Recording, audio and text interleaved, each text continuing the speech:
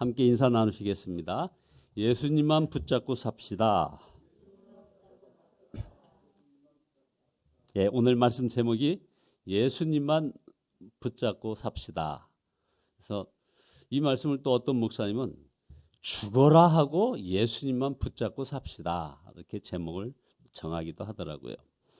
시편 23편을 1절부터 6절까지 6번에 걸쳐서 한 절씩 강의하는데, 지난 시간에는 시편 1절을 23편 1절을 소개했습니다.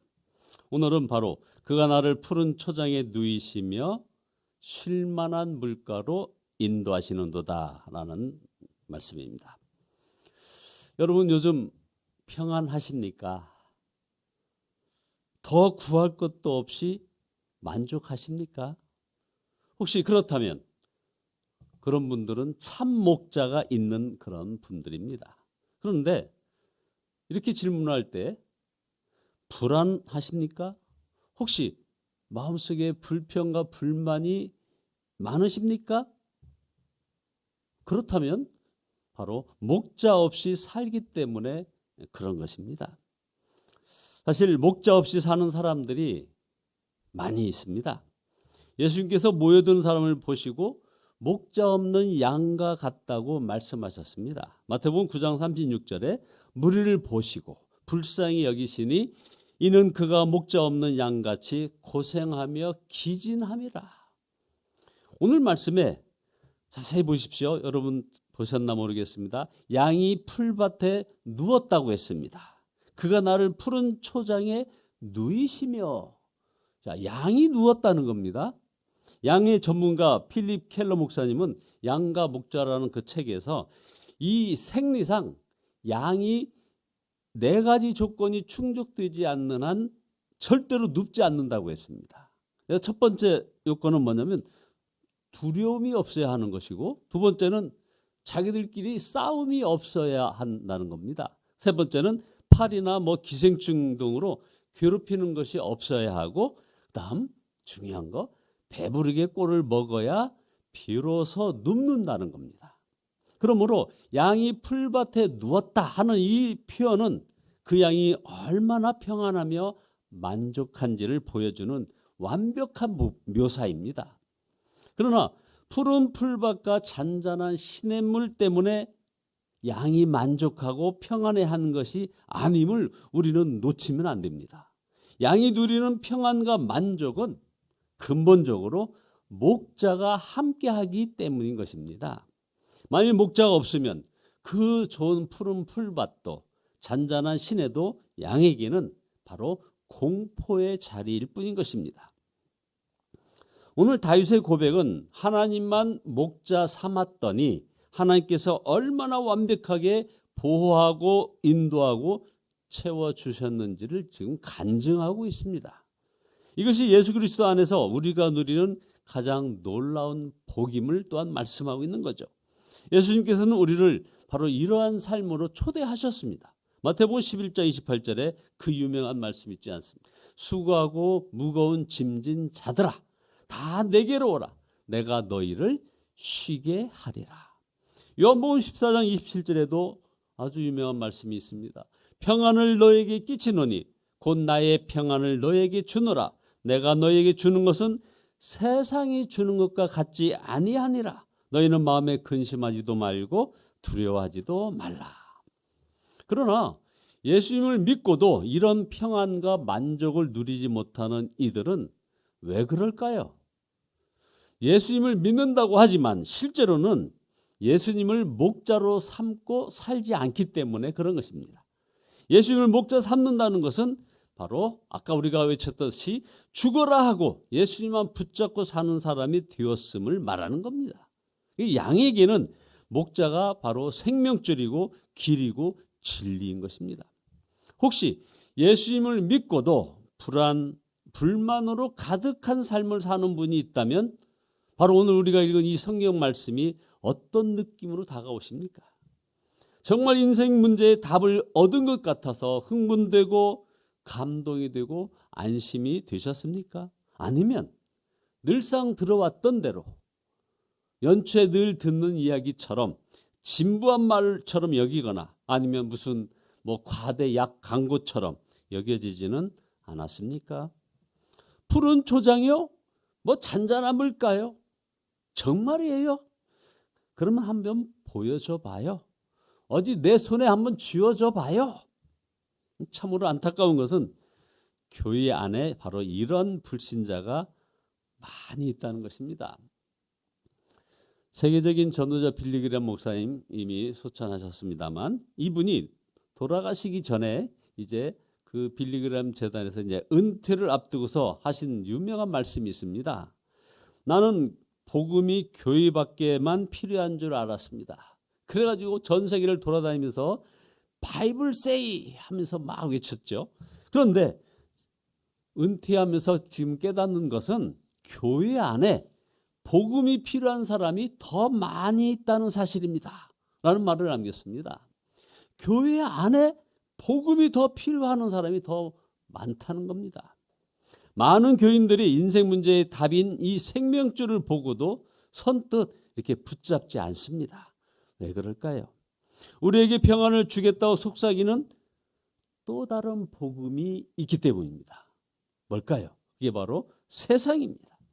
예수님께서도 요한복음 14장 27절에서 세상이 주는 평안이 있다고 했습니다. 예수님께서도 말씀하셨어요. 세상이 주는 평안. 근데 그 세상이 주는 평안은 마귀가 조종하는 것입니다, 여러분.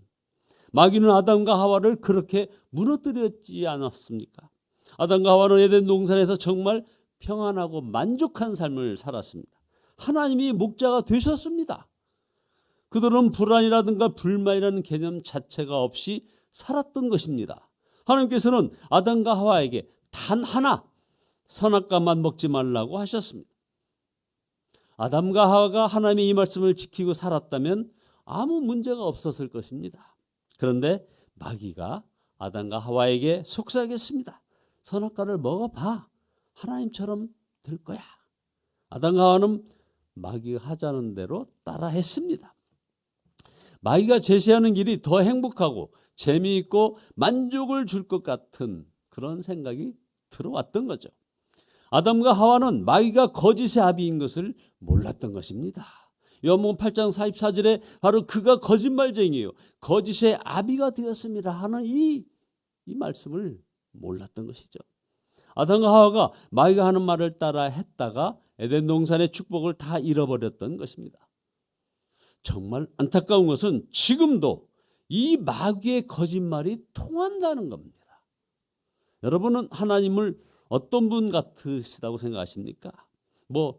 혹시 이래라 저래라 요구하시는 것이 많고 재미있는 일, 욕심나는 일은 다 하지 말라고 하시고 그냥 힘든 일, 어려운 일만 하라고 하시는 그런 하나님으로 생각하시지는 않습니까? 그에 비해서 이 세상은 너무나도 재미있어 보이고 마음대로 살아도 될 것 같고 그리고 거기는 진짜 만족함이 있을 것 같지 않습니까? 그래서 마귀는 끊임없이 속삭입니다. 다 해봐. 그게 다 본능이잖아. 본능에 좀 충실해봐. 요즘 새로운 세대들이 하듯이 해보란 말이야. 재밌게 살아. 그렇게 인상 쓰면서 그렇게 애통해하면서 기도할 거 있어? 마음껏 즐겨. 이런 놀라운 복음을 듣고도 무덤덤한 이유는 바로 여기에 이런 속삭임이 있기 때문에 그런 겁니다. 죽으라 예수님만 붙잡고 살라는 말이 이제 더 이상 복음이 아닌 세상이 되어버렸습니다. 하나님께 인생을 다 맡기기가 이제 두려운 것입니다. 솔직히 세상이 이끄는 대로 사는 것에 마음이 더 끌립니다. 여러분, 여전히 마음대로 살고 싶어 하십니까? 그러면 목자가 없는 것입니다. 이것이 우리들에게 있는 그런 불안의 뿌리인 것입니다. 이것이 바로 원죄인 것입니다. 설교를 준비하면서 그 주님의 그 마음을 깊이 느끼면서 속에 탄식이 나왔습니다. 오 주여 우리를 긍휼히 여기소서 하는 탄식 말입니다. 여러분, 양이 목자 앞에서 당신을 어떻게 믿어요? 믿을 수 있게 보여주세요. 만져보게 해주세요. 한다면 이거 어떤 느낌이 들겠습니까? 그 양은 이미 위험에 처해 있다는 것이지 않습니까? 바로 우리가 그렇습니다. 이사야 53장 6절에 우리는 다 양 같아서 그릇 행하여 각기 제 길로 갔거늘 여호와께서는 우리 모두의 죄악을 그에게 담당시키셨도다. 자기 마음대로 사는 것이 죄입니다. 그래서 우리가 회개해야 됩니다. 자기 마음대로 사는 것이 죄란 말입니다. 그래서 여호수아는 이스라엘 백성들에게 외쳤습니다. 여호수아 24장 15절에 너희가 섬길 자를 오늘 택하라. 오직 나와 내 집은 여호와를 섬기겠노라. 엘리야도 이스라엘 백성에게 이렇게 외칩니다. 엘리야가 모든 백성에게 가까이 나아가 이르되 너희가 어느 때까지 둘 사이에서 머뭇하려느냐. 여호와가 만일 하나님이면 그를 따르고 바알이 만약 하나님이면 그를 따를지니라 하니 백성이 한마디도 대답하지 아니하는지라. 열왕기상 18장 21절에서 나옵니다. 여러분, 우리가 명심해야 합니다. 우리가 사는 세상은 영적으로 아주 심각하게 오염되어 있습니다. 베드로전서 5장 8절처럼 근신하라 깨어라 너희 대적 마귀가 우는 사자같이 두루다니며 삼킬 자를 찾나니. 고린도후서 4장 4절에도 그중에 이 세상 신이 믿지 않은 자들의 마음을 혼미하게 하여 그리스도의 영광의 복음의 강체가 비추지 못하게 함이니 그리스도는 하나님의 형상이니라. 결론입니다. 자, 여러분, 그러면 예수님은 정말 우리를 푸른 풀밭과 잔잔한 물가로 인도해 주실까요? 그렇습니다. 우리가 조심할 것은 오히려 세상이 준다고 속삭이는 거짓 평안을 조심해야 됩니다. 어떤 분이 아주 높은 지위에 올랐습니다. 그냥 세상 말로 출세의 최고봉에 올랐어요. 목사님이 이제 축하합니다라고 인사를 했더니 이분의 대답이 걸작입니다. 목사님, 솔직히 큰 걱정입니다. 불안해서 견딜 수가 없습니다. 했다는 것입니다. 남들은 입을 모아 축하를 해주지만 정작 당사자는 잠을 못 이룰 정도로 걱정이 태산 같다는 것입니다. 바로 이것이 세상의 평안이라는 것입니다, 여러분. 우리가 죽어라고 푸른 풀밭 잔잔한 시내를 붙잡으면 안 됩니다. 우리가 죽어라고 붙잡아야 하는 분은 바로 예수님입니다. 양이 살 길은 오직 하나, 목자만을 따르는 것입니다. 언제나 목자와 함께하는 것입니다. 그때 푸른 초장과 잔잔한 시내를 만나게 되는 것입니다. 사실 예수님이 함께하심을 알고 나면 사실은 어디서나 푸른 풀밭이고 잔잔한 시내인 것입니다. 그래서 빌립보서 4장 11절에 내가 세 번역으로 소개하겠습니다. 내가 궁핍해서 이렇게 말하는 것이 아닙니다. 나는 어떤 처지에서도 스스로 만족하는 법을 배웠습니다. 나는 비천하게 살 줄도 알고 풍족하게 살 줄도 압니다. 배부르거나 굶주리거나 풍족하거나 궁핍하거나 그 어떤 경우에도 적응할 수 있는 비결을 배웠습니다. 여러분, 삶이 지치셨습니까? 바로 목자 없이 살기 때문에 그런 것입니다. 예수님을 목자로 삼으시기를 바랍니다. 죽으라고 예수님만 붙잡고 예수님의 말씀대로만 사는 것입니다. 그러면 진정한 평안을 누리게 됩니다. 여러분 모두 선한 목자이신 예수님으로 인하여 그 주님이 함께 하시니 어디나 푸른 풀밭이요 잔잔한 시내와 같은 그런 진정한 평안을 누리시기를 예수 그리스도의 이름으로 축원드립니다. 기도하시겠습니다. 평안을 너에게 주노라 말씀하신 주님, 세상이 줄 수 없는 그리고 세상이 알 수도 없는 그 평안을 허락하신 주님께 찬양과 영광을 돌려드립니다. 하오나 아버지 하나님, 저희들 여전히 세상을 목자 삼아 세상을 바라봤던 저희들의 모든 허물을 주 앞에 고하오니 주여 용서하여 주시옵소서. 오직 그 십자가 구원을 바라보며 노래하고 감사하며 나가는 저희들 되기를 소원합니다. 그리하여 주님께서 함께 하시니 어디나 푸른 풀밭이고 잔잔한 시내와 같은 그런 진정한 평안을 허락하신 주님을 노래하며 나가길 소원하오니 주여 함께하여 주시옵소서, 동행하여 주시옵소서. 예수 그리스도의 이름으로 기도드리옵나이다. 아멘. 370장입니다. 370장입니다.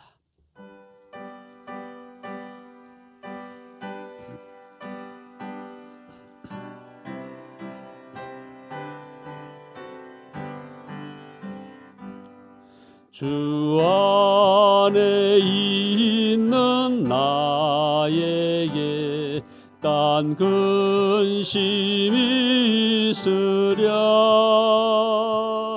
십자가 밑에 나아가 내 짐을 풀었네.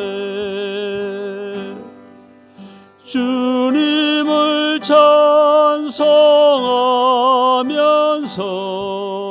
할렐루야 할렐루야. 내 앞길 멀고 험해도 나 주님만 따라가리. 그 두려움이 변하여 내 기도 되었고, 전날의 한숨 변하여 내 노래 되었네. 주님을 찬송하면서 할렐루야 할렐루야. 내 앞길 멀고 험해도 나 주님만 따라가리. 내 주는 자비하셔서 늘 함께 계시고, 내 궁핍함을 아시고 늘 채워주시네.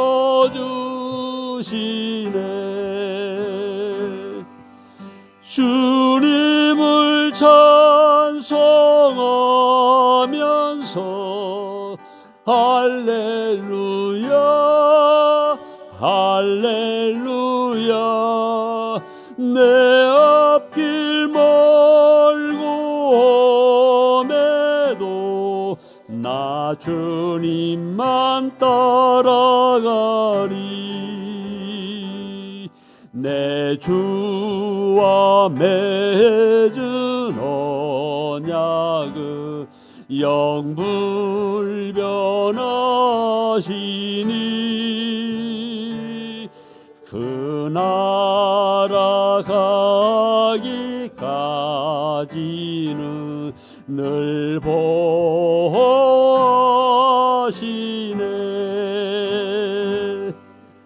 주님을 찬송하면서 할렐루야 할렐루야. 내 앞길 멀고 험해도 나 주님만 따라